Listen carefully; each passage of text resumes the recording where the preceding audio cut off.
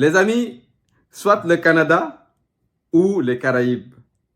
Le Canada, il y a beaucoup de restrictions maintenant pour les étudiants parce qu'il y a tellement de mesures pour venir étudier ici. Et si tu es pauvre, je t'assure que tu vas avoir des difficultés. Alors donc, ça change cela. Donc, les étudiants qui ont choisi le Canada 2024-2025, vous savez très bien que le nombre de places est limité pour certains cycles, que ce soit au niveau du cégep, université, à moins que vous fassiez le master ou l'école de formation professionnelle. Donc moi, je vous amène aux Caraïbes, les amis. Alors donc, pourquoi je vous parle des Caraïbes? Parce que je suis allé aux Caraïbes il y a 1 mois et demi ou 2 mois. Et à chaque fois que je visitais les îles, ok, je regardais aussi les possibilités pour les étudiants. Qu'est-ce que les étudiants qui souhaitent venir étudier, qui souhaitent faire des études à l'étranger, peuvent tirer d'ici? Qu'est-ce qu'il y a comme possibilité? C'est quoi les avantages de venir étudier aux Caraïbes si on n'a pas la possibilité d'aller étudier au Canada? Donc, ça, c'est des choses que j'ai pensé, j'ai réfléchi, j'ai dit, ok, donc comme je vais en voyage, je vais aller prospecter le terrain, je vais aller voir sur place qu'est-ce qui se passe parce que une des choses qui est très importante, c'est que moi, quand je fais des choses, quand j'accompagne des personnes, je ne les accompagne pas pour des choses que je n'ai pas fait ou pour des endroits que je n'ai pas vus. Alors donc, je parle du Canada parce que je suis ici.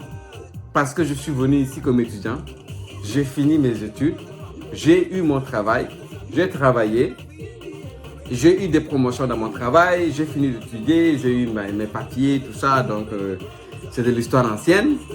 Et je suis en train de poursuivre mes objectifs, les rêves, hein, les rêves que j'avais depuis le début, avant même de venir ici, je suis en train de poursuivre ces rêves-là.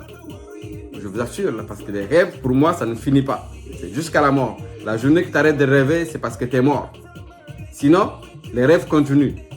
Alors donc, c'est sûr qu'il y a un rêve que tu fais, tu atteins cet objectif-là, il y a de nouveaux rêves qui se créent et c'est de nouveaux défis. Il faut continuer à avoir faim et tout, quoi.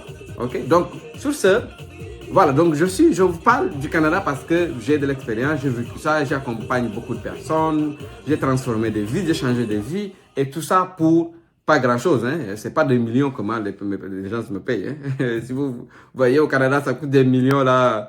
Moi, j'ai jamais vu millions, quoi, les amis. J'ai jamais vu millions de personnes. Je suis allé dans ces îles-là, République dominicaine, Puerto Rico, Saint-Martin, Bermude, Barbados, Saint-Thomas. Donc, ce sont des îles que je pense que la plupart connaissent pour les plages magnifiques, pour le soleil et les belles demoiselles. C'est connu pour ça, les amis. Ce sont des endroits qui sont connus pour ça. Alors donc, puisque nous on parle d'études, ça veut dire qu'il faut être concentré. Et je ne veux pas avoir des personnes qui vont aller aux Caraïbes, qui vont aller pour étudier là-bas. Et arriver là-bas, là, ils oublient c'était quoi leur objectif et ils se retrouvent avec des Caribéennes là. Surtout la communauté là, les gens, les gens qui me suivent depuis longtemps là, je vous connais quoi. Je sais un petit peu qu'est-ce que vous pensez et je vous connais assez. Je sais que c'est quelque chose qui vous intéresse, mais c'est plutôt les festivals, voilà la musique, l'ambiance et tout. Donc, mais c'est sûr, hein, parce que quand vous allez étudier, c'est sûr que étudiant là, c'est pas juste plonger dans les livres et puis dans les fascicules et puis dans les devoirs quoi. Il y a aussi la vie d'étudiant hors du campus qui est très important et c'est les plus belles années de votre vie, c'est les années d'études. Donc c'est là que vous devez faire des folies, ok? C'est important là.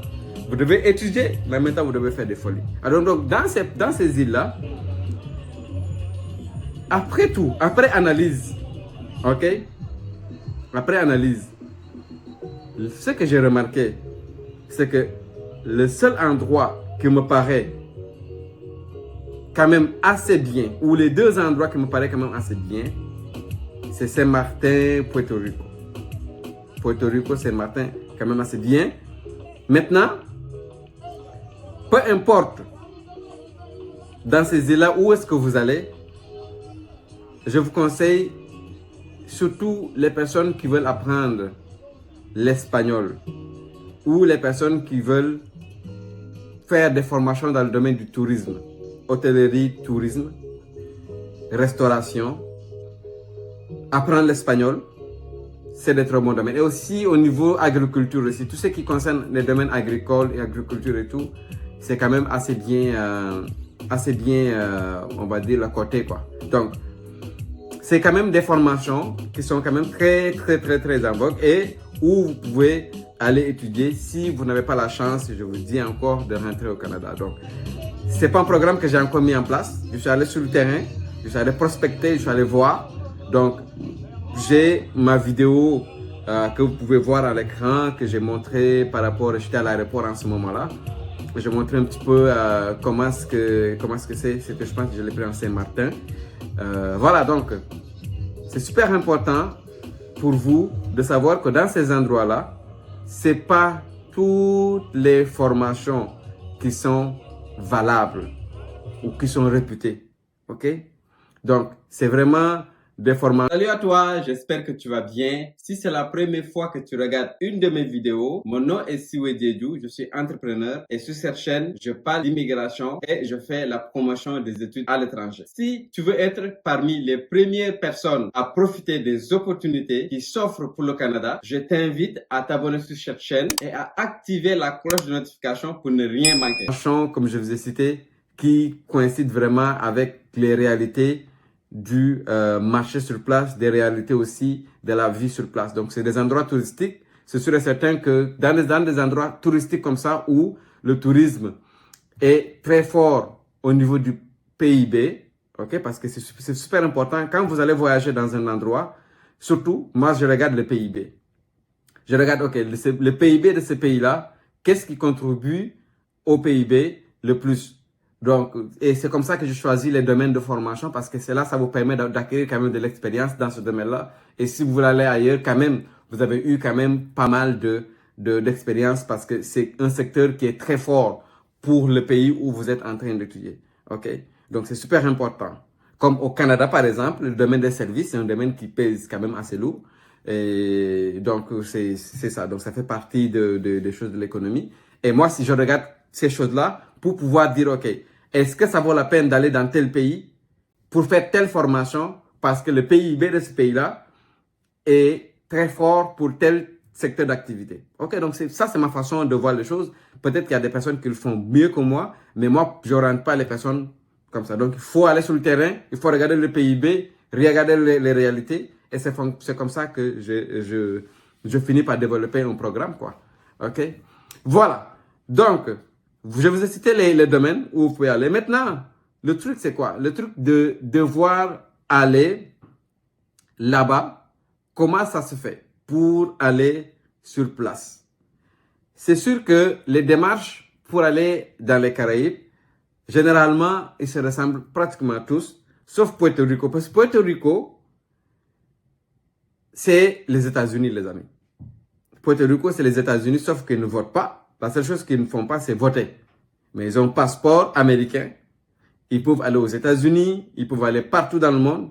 Ils ont les mêmes titres, sauf que il y a quand même certains désavantages qu'ils ont par rapport aux Américains qui vivent sur le continent américain. Ok? Donc ça veut dire que sur le territoire américain, ils ont quand même certains désavantages. Ça, je pourrais en parler longuement dans une autre vidéo. Mais Puerto Rico, il y a quand même des exigences pour aller étudier là-bas. Ok? Mais c'est moins rigoureux que les États-Unis en tant que tel. C'est moins rigoureux que le Canada.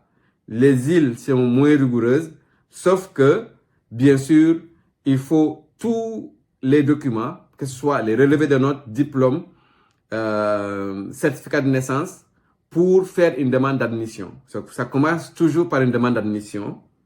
Après la demande d'admission, vous allez pouvoir, après la demande d'admission, préparer vos documents pour faire la demande de permis d'études. C'est la même chose.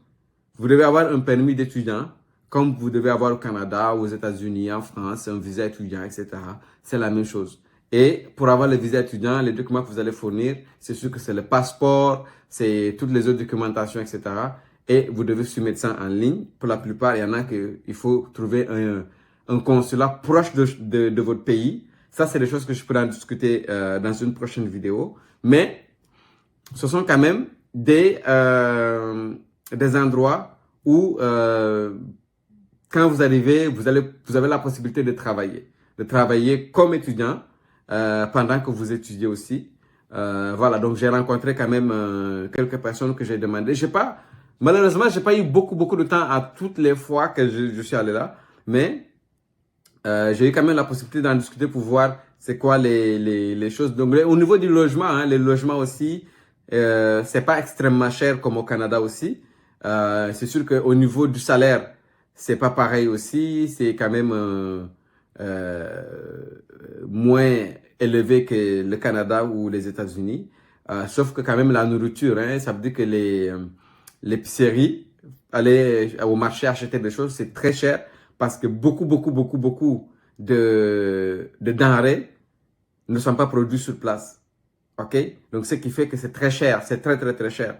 Donc, c'est super important de savoir ça. Et l'autre chose aussi qui est important de savoir, parce qu'il ne faut pas seulement parler des bonnes choses, il faut aussi parler des inconvénients au niveau du climat. Donc, à chaque année, dans ces îles-là, dans ces endroits-là, il y a souvent des ouragans. Des ouragans, des cyclones. Et ça rase le pays au complet. Et ils rebâtissent, ils refont. À chaque année, il faut repeinturer. Chaque année, il faut enlever les tôles. Chaque année, il faut refaire ça. Chaque année, il faut venir... les routes, des fois, sont bloquées pendant... Et souvent, ça peut arriver qu'il n'y a pas d'électricité pendant une semaine. Pendant une semaine de temps, no electricity. Nada. No hay electricidad. No hay electricidad en esta país. OK? Alors donc, si vous voulez parler espagnol, là, il faut commencer maintenant à vous pratiquer, les amis. Alors donc, il y a quand même beaucoup d'inconvénients, mais est-ce que c'est une possibilité d'acquérir de l'expérience, de voyager dans un endroit pour dire que vous êtes allé dans tel endroit pendant un an pour voyager, vous avez voyagé dans tel endroit pendant un an, ensuite, ça vous donne du crédit sur votre visa. Il y a beaucoup de personnes qui ont fait ça. Ça veut dire que vous voyagez, vous quittez votre pays, vous allez dans un autre pays, vous faites un an et vous revenez dans votre pays. Et ensuite, vous faites des démarches pour le Canada. Vous faites des démarches pour les États-Unis. Parce que quand vous allez faire les démarches de visa, ils vont vous demander est-ce que vous avez voyagé dans un autre pays autre que celui de votre résidence actuelle. OK? Vous allez dire oui. Donc, vous avez été aux Caraïbes pendant un an. Vous avez fait un cours d'anglais. Pendant un an, anglais intensif. Vous parlez extrêmement... Anglais ou espagnol? Ouais, espagnol. Vous parlez très bien espagnol. Et le fait que vous parlez très bien espagnol, et vous êtes revenu, là maintenant, vous décidez de venir au Canada pour étudier telle filière et pour après retourner dans votre pays. Donc, ça vous donne du crédit. Ça vous donne ce qu'on appelle, comment on appelle ça, une fiabilité de voyage. OK? Vos motifs de voyage sont véridiques parce que vous avez de l'expérience dans ce domaine-là. Vous êtes allé dans un pays, vous êtes revenu, vous n'êtes pas resté. Et là, vous venez au Canada, c'est sûr et certain que vous n'allez pas rester. Même si vous, en arrière, là, vous voulez rester au Canada. OK? Même si c'est ça votre but au final. C'est pas grave. OK? Donc, alors, les amis, je ne sais pas qu'est-ce que vous en pensez. Est-ce que les Caraïbes, c'est quelque chose qui vous intéresse? Qu'est-ce que vous en pensez? Est-ce que vous vivez dans les Caraïbes? Si vous vivez déjà dans les Caraïbes en tant qu'étudiant, ou vous avez fait votre parcours là-bas, mais vous me contactez. Contactez-moi, info@commercial-campus.com. Et là, vous allez pouvoir, je vais pouvoir échanger avec vous parce que c'est moi qui ai directement accès à ces emails-là. Hein. Donc, c'est pourquoi des fois, je ne peux pas répondre tout le temps aux commentaires parce que j'ai pas, c'est moi qui ai accès à toutes ces choses-là. Donc, il faut que je réponde, il faut faire le suivi parce que j'ai des personnes qui travaillent avec moi aussi qui sont extrêmement occupées. OK? Surtout au niveau des appels du téléphone. Moi, c'est plus au niveau des emails que je fais des suivis. Mais voilà, donc contactez-moi si vous êtes dans les Caraïbes et mettez-moi sur les commentaires ce que vous en pensez. Et on se dit à très bientôt. Ciao!